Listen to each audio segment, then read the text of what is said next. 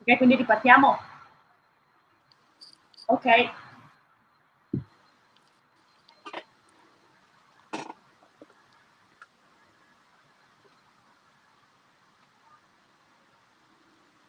Buonasera a tutti, buonasera a Cinzia Tani, questa sera Buonasera. nostra ospite qui alla Fondazione AIDA per presentare il suo ultimo libro, edito da Rizzoli, che abbiamo qui nella nostra libreria, Angeli e Carnefici. Allora, è un libro che parla di donne, ma non è il primo libro che tu scrivi, anzi ci sono stati sempre per Rizzoli un libro dedicato alle donne spie, alle compagne dei geni, quindi diciamo che la tematica ti è molto a cuore. Vi chiedevo dunque per cosa significa per te scrivere di donne? Allora, intanto distinguiamo i due percorsi che io faccio. Da una parte romanzi storici e poi che alterno alle biografie al femminile.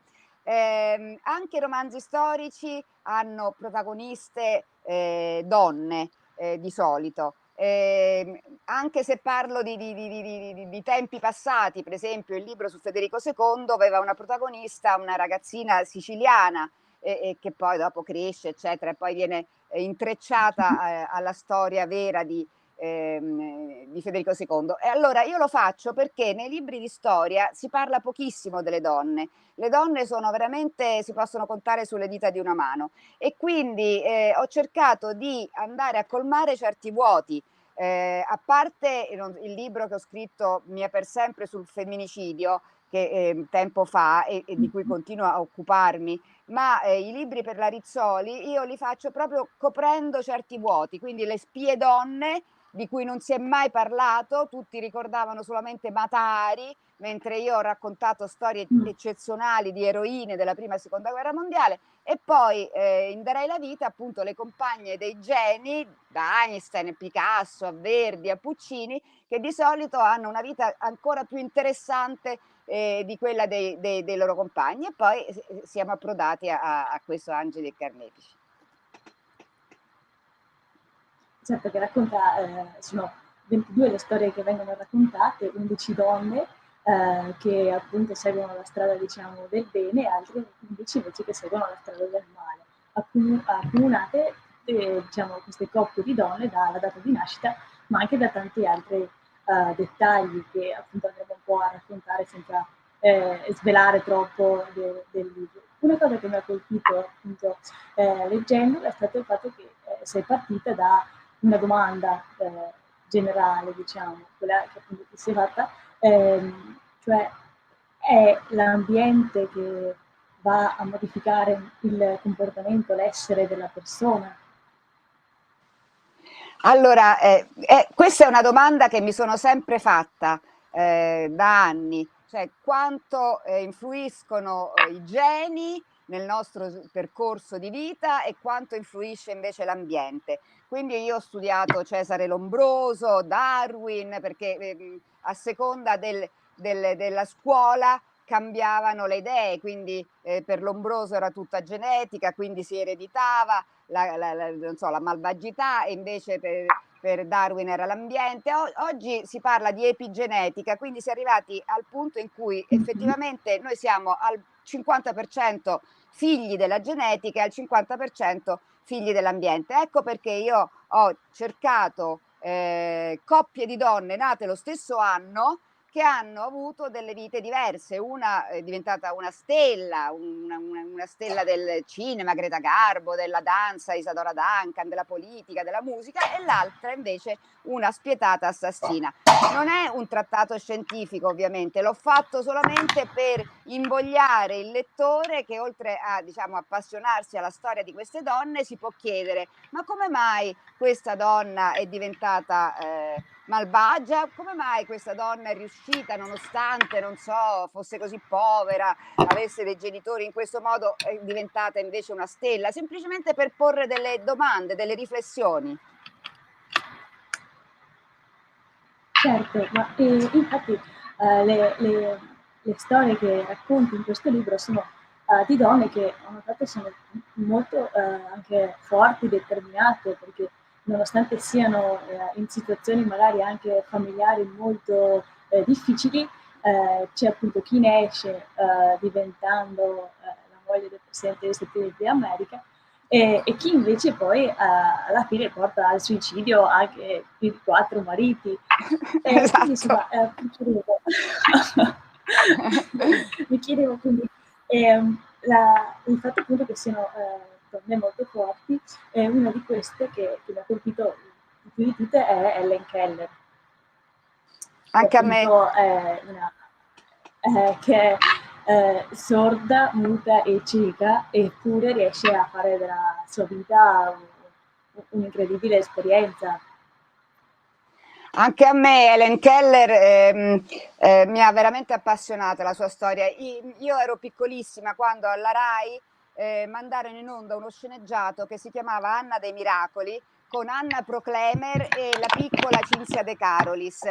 E mi ricordo i pianti che facevo seguendo questa storia, perché il fatto che una bambina fosse cieca, muta, sorda, mi chiedevo come avrebbe vissuto, eppure lei è diventata una scrittrice affermata, una conferenziera, ha viaggiato in tutto il mondo, ha Esatto. combattuto per i disabili, perché avessero delle possibilità maggiori di esprimersi. E mi ricordo ancora una scena dello sceneggiato, quello che veramente mi è rimasta impressa, nonostante io fossi veramente piccolissima, lei non riusciva ad associare da bambina la parola a un oggetto e aveva questa meravigliosa insegnante che le aveva trovato la madre, che a un certo punto le mette la mano sotto l'acqua e le fa sentire la parola acqua.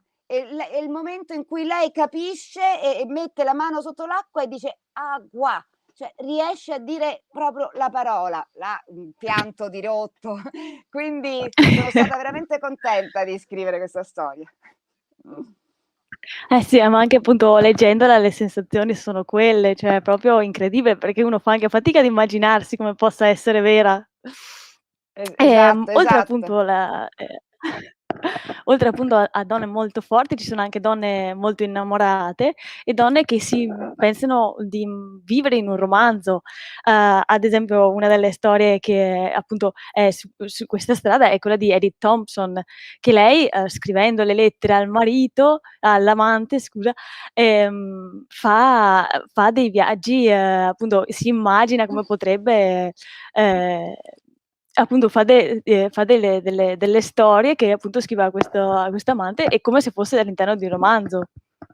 Esatto, lei era una donna molto intelligente, brava nel lavoro, con una bella famiglia e appassionata però di storie d'amore, di romanzi che parlavano d'amore.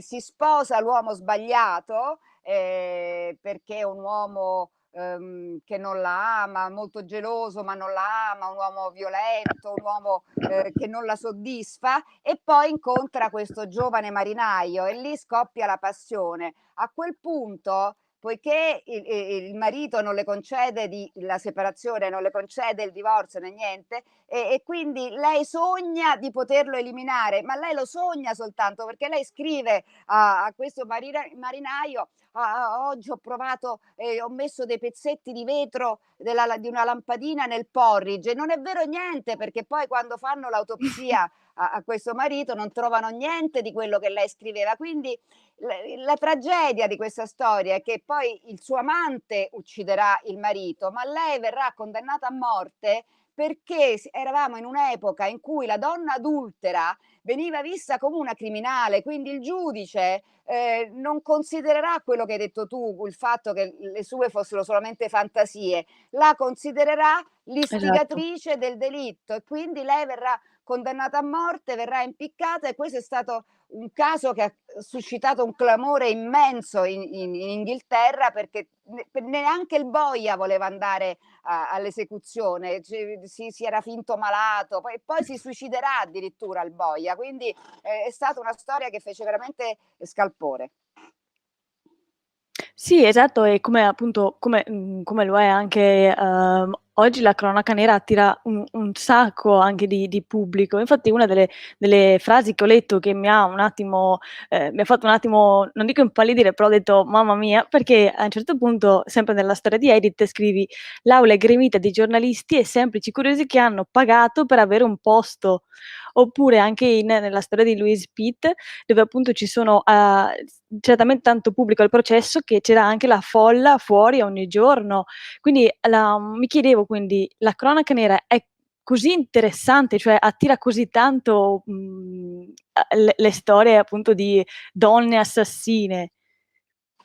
Allora guarda, la cronaca nera, io adesso insieme a un mio amico con cui abbiamo fatto per tanti anni la radio, stiamo facendo un podcast di 44 puntate di 20 minuti ciascuna proprio sulla storia della cronaca nera. Io ho insegnato alla Sapienza storia sociale del delitto, sono veramente un'esperta, una storica del delitto, quindi posso dirti veramente che l'interesse per la cronaca nera c'è sempre stato, era un interesse morboso. Il giorno delle esecuzioni in Inghilterra era un giorno di festa come il Natale, per permettere alle famiglie di intervenire portandosi i panini, le nonne, i bambini. Quindi i processi sono stati sempre seguitissimi in Italia dopo la fine della seconda guerra mondiale, perché durante il fascismo non si poteva parlare di cronaca nera, però dopo ci sono stati 3 casi famosissimi di 3 donne, la Cianciulli, la saponificatrice, Rina Forte, la belva di San Gregorio, via San Gregorio a Milano, e la Bellentani. Bene, queste 3 donne, i processi di queste 3 donne sono stati talmente seguiti che la gente arrivava dalle campagne senza le scarpe, scalze, pur di veder passare l'assassina. E addirittura pensa che per Rina Forte, che si presentava in tribunale con un cappottino nero e una sciarpa gialla, bene, il giorno dopo del processo a Milano nei negozi erano finite le sciarpe gialle e i cappottini neri per questo interesse morboso che aveva la gente. Quindi non è cambiato niente. Oggi molte persone, molti spettatori seguono le trasmissioni che parlano di cronaca nera, come ieri seguivano i processi o leggevano sui giornali. Il delitto fa parte della nostra quotidianità, purtroppo, cioè come ci sono le belle notizie, ci sono le notizie di crimini, e quindi non è che si può far finta che non ci siano. Certo, bisogna vedere come vengono trattate. La cosa importante è che siano trattate seriamente, che si informi il pubblico e non si faccia spettacolo. Assolutamente. Infatti anche appunto nelle varie storie che racconti, il fatto appunto del pubblico è sempre molto molto presente, soprattutto nei processi, ma appunto ci sono anche le storie di chi invece ha seguito la strada, diciamo più della bontà, diciamo, come ad esempio anche della curiosità, come la viaggiatrice, l'esploratrice Freya Stark. Freya Lei, Stark. mi è piaciuta tantissimo la sua storia, perché appunto è data dalla curiosità e dall'intraprendenza. Guarda, molte di queste storie tu ti rendi conto di come le donne abbiano veramente una marcia in più, soprattutto quando hanno una passione e sono ostacolate. Freya Stark è una donna eccezionale, perché ha fatto delle cose che nessuno poteva fare allora, cioè attraversare il deserto, una donna da sola con un ragazzino, con una guida, a dorso di asino, andare nella Valle degli Assassini. Lei fino a 100 anni ha continuato a viaggiare con i dolori alla schiena, attraversando fiumi, deserti, andando in posti incredibili. Quindi io quando leggo la sua storia mi sento veramente, cioè mi faccio pena da sola, che io sono così pigra che non mi va neanche di scendere in palestra sotto casa mia, perché dico: "Ah, ma no, oggi sono stanca". E invece quando leggo poi di Freya Stark, e quindi è la passione, cioè per certe donne e tutte, e questo diciamo accomuna tutte le donne stelle, gli angeli diciamo di questo libro, sono donne che sono state guidate da una grande passione, nonostante tutte le difficoltà che hanno avuto, loro sono riuscite a realizzarsi. Esatto. E anche, una figura che è un po' diciamo è presente in tante storie, in quasi tutte le storie, è la figura della madre, che è la figura della madre, stessa della protagonista o magari anche le madri dei mariti. Ecco, mi chiedevo un po' com'è appunto come questa figura di madre si rapporta all'interno del libro, perché appunto ci sono madri che sono molto più premurose, altre invece lo sono meno. Beh, la figura della madre è diciamo appunto è importantissima perché diciamo 25% di quello che poi diventerà, la figlia, perché se la genetica è il 50% dividiamola a metà fra padre e madre e quindi poi la madre ha sempre un rapporto molto stretto con la figlia femmina. La madre di Helen Keller, di cui abbiamo appena parlato, è una madre meravigliosa, mentre il padre in realtà si stava quasi rassegnando a questa bambina malata, la madre invece studiava, cercava, eccetera, e quindi ha trovato una strada e ha trovato delle persone, degli istituti e poi questa meravigliosa tutrice per far sì che la figlia riuscisse invece ad evolversi, insomma a migliorare e quindi comincia addirittura a parlare, a esprimersi, a fare anche delle conferenze. Quindi le madri sono molto importanti. La madre di Isadora Duncan, che è un'altra madre eccezionale, perché poi ci sono quelle invece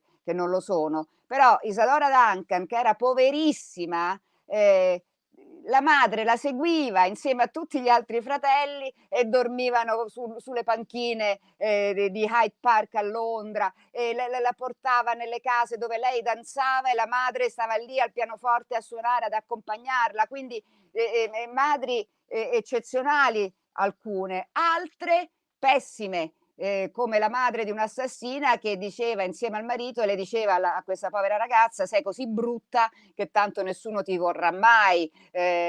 Madri che hanno, diciamo, non hanno dato un minimo di affetto ad alcune di queste donne. E quindi la madre è importante perché io volendo fare questi raffronti, soprattutto cercare di capire cosa è successo durante l'infanzia, io ho dovuto per forza approfondire la situazione familiare, quindi la situazione dei genitori. I padri di solito quasi tutti pessimi, chi alcolista, chi violento, chi lascia la famiglia, eccetera. Però ecco, la madre, nel bene o nel male, anche la madre di Billie Holiday, possiamo dire quasi Mh-mh. un po' nel male perché consente alla figlia di fare la prostituta pur di guadagnare, lei faceva la Sì. cameriera, insomma, ecco, però a suo modo era presente, cioè cercava comunque di esserci. Quindi diciamo che la figura della madre è veramente importante come ho cercato di dare importanza all'infanzia di tutte queste donne e questo è stato abbastanza complicato perché di solito quando tu leggi la biografia di un personaggio non si dà tutta questa importanza ai primi passi, proprio all'infanzia. E invece è quello che io ho cercato di trovare in tutti i libri che ho letto per poi raccontare le storie. Infatti era una delle domande che appunto deve essere stata una ricerca, molto, complicata, anche perché appunto essendo poi, donne era anche a prescindere, difficile riuscire a trovare le informazioni. In tutti questi racconti poi appunto, c'è anche la figura del marito che però la maggior parte delle volte o finisce ammazzato o finisce suicidato, quindi diciamo che È vero. non fanno proprio una bella figura. No, non solo, allora, o finisce ammazzato, beh, che di solito nelle donne assassine il primo a essere ammazzato è lui, o, Esatto, o è il motivo per cui diciamo, altri vengono ammazzati, o finisce suicidato come per Louise Pitti che 4 mariti si suicidano per lei e altrettante persone lei uccide, oppure è uno dei tanti. Perché invece per quanto riguarda le esatto. stelle, è uno dei tanti. E fra l'altro fra i suicidi ci sono quelli di Louise Pitti perché lei era una bugiarda, li ingannava, ma c'è anche per esempio il marito di Isadora Duncan, il grande poeta Sergei Yesenin, che si getta da un albergo a San Pietroburgo, quindi anche lui finisce suicidato. Isadora Duncan ha avuto tanti uomini, come Greta Garbo ha avuto tanti uomini, Greta Garbo ha avuto anche delle donne, ed effettivamente hai ragione tu, la figura del marito in tutto questo libro. O chi decide proprio di non averlo, per esempio Rosalind Franklin, no? La Esatto. donna che ha scoperto il DNA e poi le è stato scippato da Watson e Crick, che hanno preso il Nobel e non l'hanno neanche citata. Lei ha proprio deciso di non avere nessuna storia sentimentale, perché per lei il grande amore era la scienza, quindi lei voleva dedicarsi solo alla scienza. Poteva ammettere alcune amicizie, ma assolutamente non un amore. Quindi diciamo che la figura del compagno del marito è pessima in questo libro.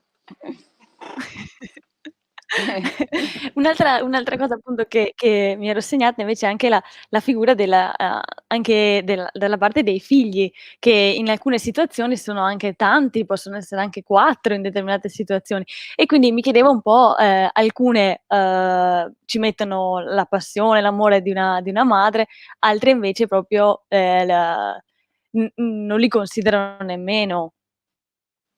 Esatto, allora ci sono donne che non li hanno neanche avuti, come Greta Garbo, come Billie Holiday, come ecco, queste grandi stelle, come abbiamo detto Rosalind Franklin, eccetera. Quindi per loro la loro arte o la loro passione prevaleva sulla famiglia. Devo dire che invece per quanto riguarda le assassine, molte hanno avuto figli e molte li hanno trattati male, sono state anaffettive come i genitori erano stati anaffettivi con la donna in questione, quindi diciamo che sono stati trattati come oggetti usati, mentre finiscono male per esempio quelli di Isadora Duncan, poverina, perché i due Mh-mh. bambini che lei adorava invece, eh, cadono con l'auto, con l'autista fa un errore, cadono da un ponte nella Senna e affogano, e per lei è una vera e propria tragedia. Una tragedia però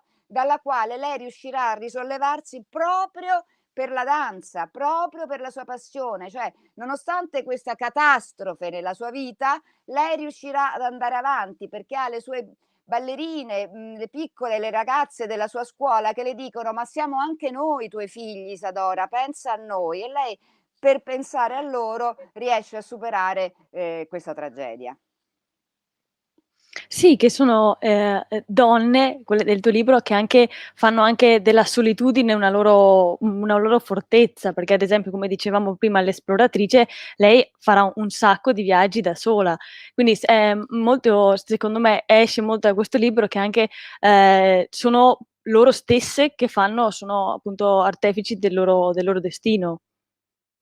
È vero, spesso diciamo la passione enorme per qualcosa e unita al talento porta diciamo, a concentrarsi solamente su se stessi, su se stesse in questo caso, e a escludere il resto. Cioè loro volevano che fosse riconosciuta la loro arte, ma per esempio prendiamo Greta Garbo.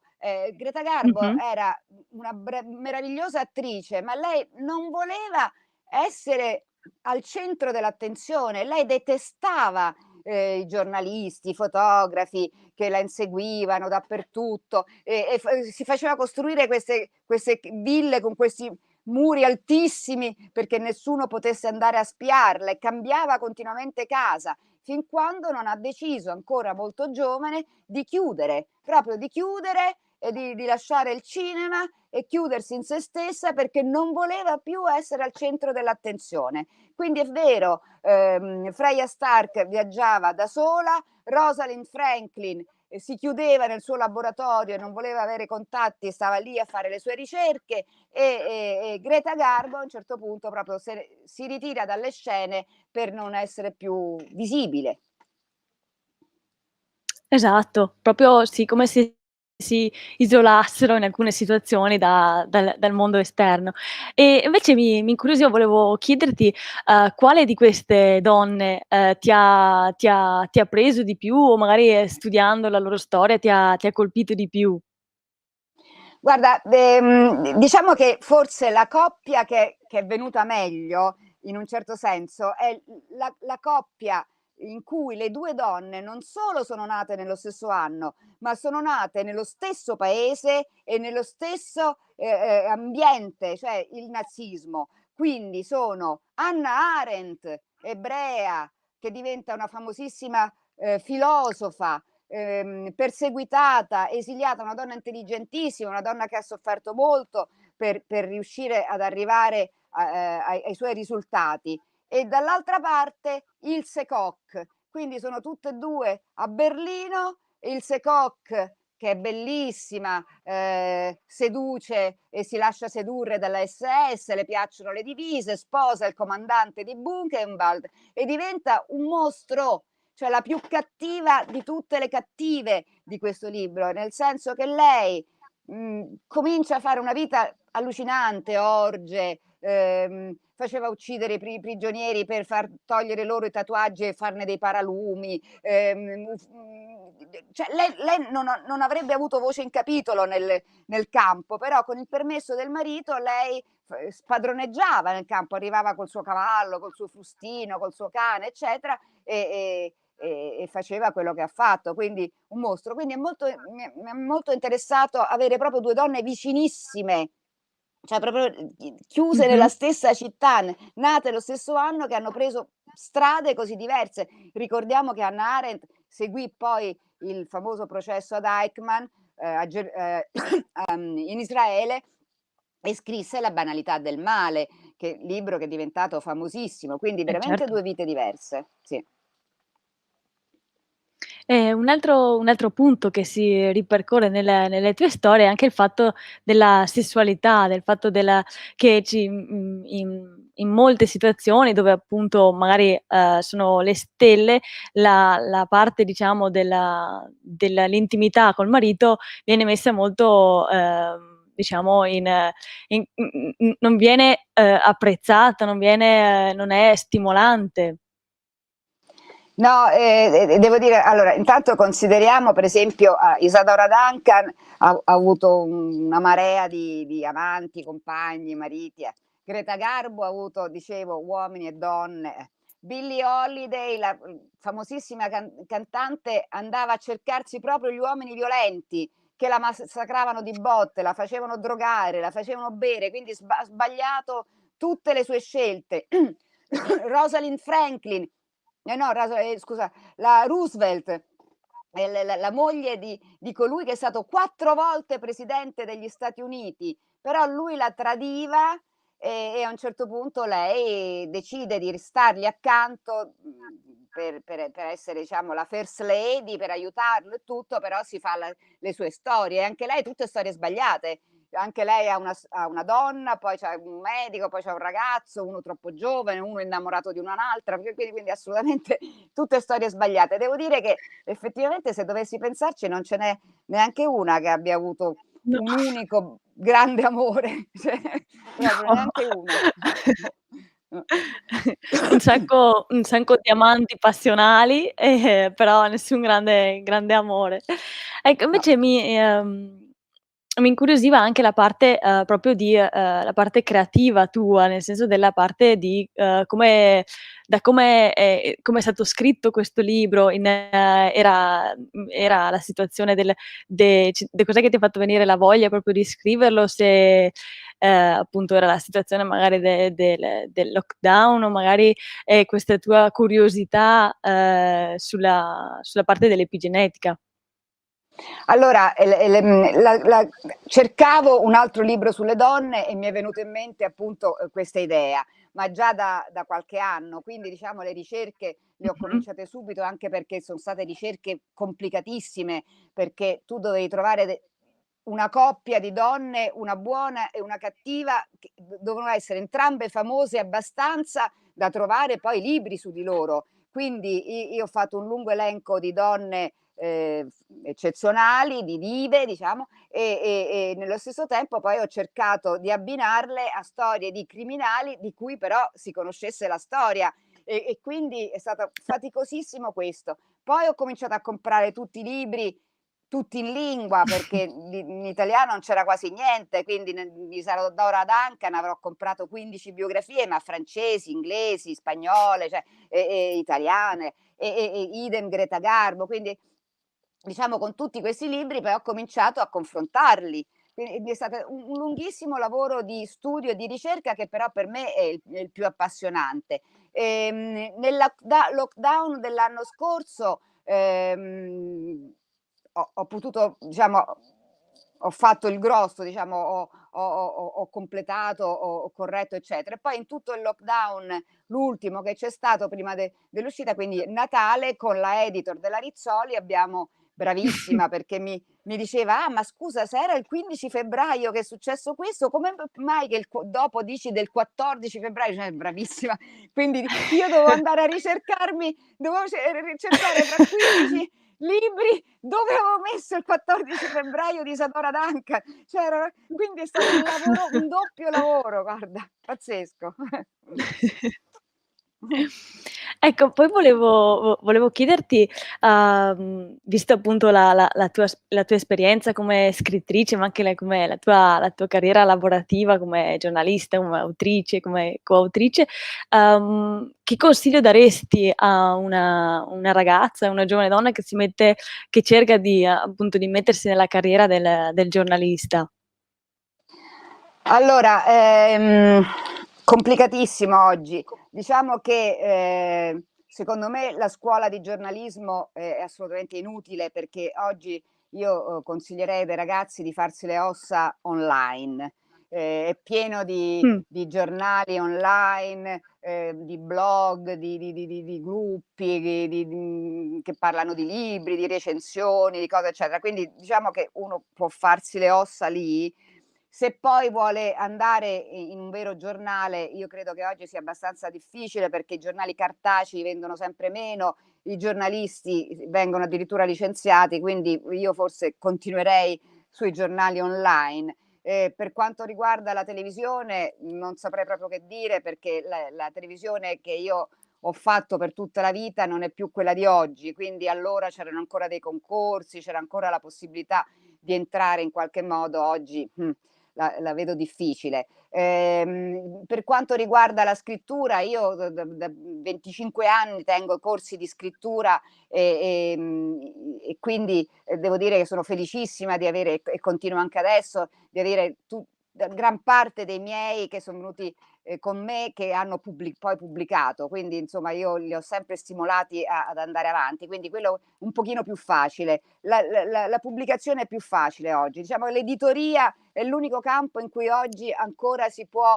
arrivare, anche se non si ha questo background. Il giornalismo è un po' più difficile, però bisogna provare. Io vedo tanti bravissimi ragazzi e ragazze che mi hanno intervistato, per esempio in questo, sempre, anche l'anno scorso, che adesso soprattutto si fanno le interviste online, eccetera, che sono persone che si certo. sono inventate questo lavoro, quindi bisogna mettersi in gioco, entrare da qualche parte e cominciare a scrivere, a farsi conoscere, così.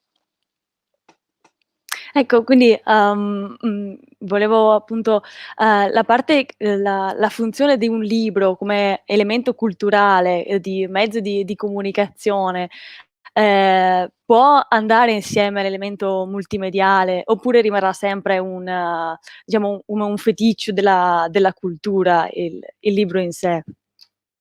No, io penso che adesso sempre di più il libro viene utilizzato in modo nuovo. Io stessa, per esempio, che faccio i trailer dei miei libri, quindi Mh-mh. lo trasformo poi in immagini. Moltissima gente ormai fa il book trailer del proprio libro, e quindi in più appunto se ne parla online, ci sono gruppi che si occupano di fare recensioni. No, io lo trovo il libro oggi molto più vitale proprio perché c'è internet.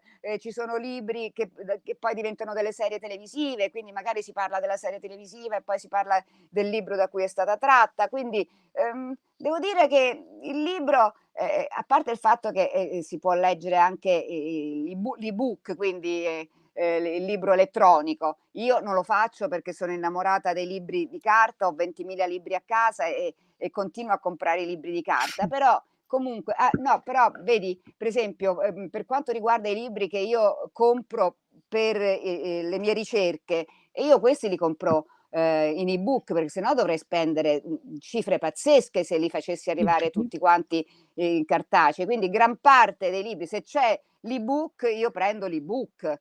E qui in modo tale, perché quello non è, mi serve, ecco, non è la mia passione, mi serve come studio, quindi lo leggo in modo particolare, non me lo devo portare a letto, ecco, come mi porto a letto il libro. Quindi devo dire che il libro oggi lo trovo più vitale che mai, proprio anche grazie a internet.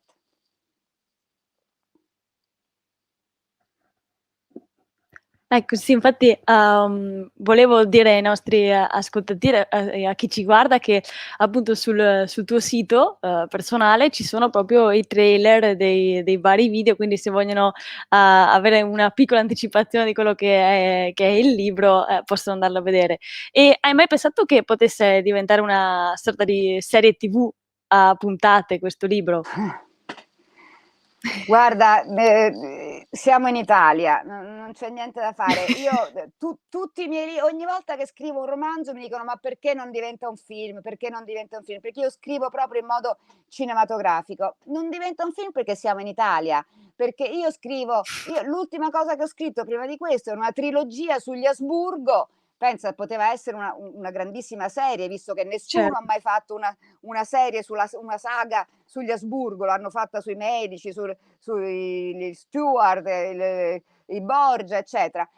Però, capito, sono cose talmente tanto costose perché sono in costume, eccetera, per quanto riguarda le serie, che è Le veramente storie. complicatissimo. Ci ho provato, ma i film non ne parliamo perché i film italiani, io faccio parte del David di Donatello, io li vedo i film italiani, ma sono tutti film che in dialetto siciliano, romano, napoletano, veneto, Romano. eccetera, che si svolgono tutti, capito, sotto casa mia, poi parlano tutti mafia, camorra, criminalità organizzata, tutta sta roba qua, eccetera, oppure cose private, cioè, come si vede non amo molto il cinema di adesso, io, italiano proprio, perché non c'è un grande intreccio, non c'è una bella idea, capito, come avviene per esempio invece in tanti film stranieri, idem per le serie. Io sinceramente non li riesco a vedere, Gomorra, tutte queste. Io non sopporto di sentir parlare sempre in dialetto, cioè, ma è possibile non ci può essere un film italiano e una serie italiana in italiano? Cioè, è Italiano. possibile? Cioè, doppiateli allora. Abbiamo i più grandi doppiatori del mondo sono italiani. Io ne conosco tanti, quando sento le loro voci proprio meravigliose. Abbiamo e invece questa presa diretta un po' sporca così e tutti questi dialetti a me mi fanno passare la voglia di vedere il film. Potrebbe magari diventare un podcast, visto che adesso uscirà. È già uscito o sta per uscire i No, podcast no, sulla no. cronaca nera? No, allora, io l'ho già scritto tutto. Ho diviso le parti, adesso il mio amico che però abita in Toscana, il problema è che con tutti questi spostamenti che non si possono fare. Allora, abbiamo registrato solamente la prima puntata per vedere come veniva e lui adesso va, perché lui poi in uno studio mette musiche, sonoro e tutto quanto. Quindi vediamo come viene la prima puntata e poi ci buttiamo a fare tutte le altre e poi A le fare il resto. metteremo da qualche parte. Sì, è un'idea il podcast, è Volevo un'idea. volevo chiedere alla nostra regia se c'era qualche domanda dal pubblico, qualche commento.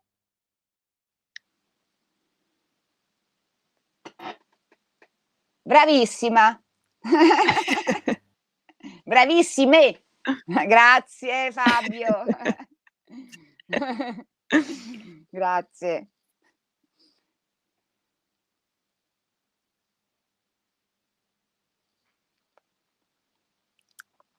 Ok. Ok, va bene, d'accordo. E allora grazie mille Cinzia per essere stata con noi e Grazie a te, ricordo grazie a appunto voi. ai nostri ascoltatori il tuo ultimo libro, Angeli e Carnefici, edito da Rizzoli, che lo trovate appunto sia online che in libreria. E allora ci sentiamo presto e tienici Sicuramente. aggiornata sui tuoi podcast. Certo, grazie a Beatrice, grazie a tutti, grazie. Grazie.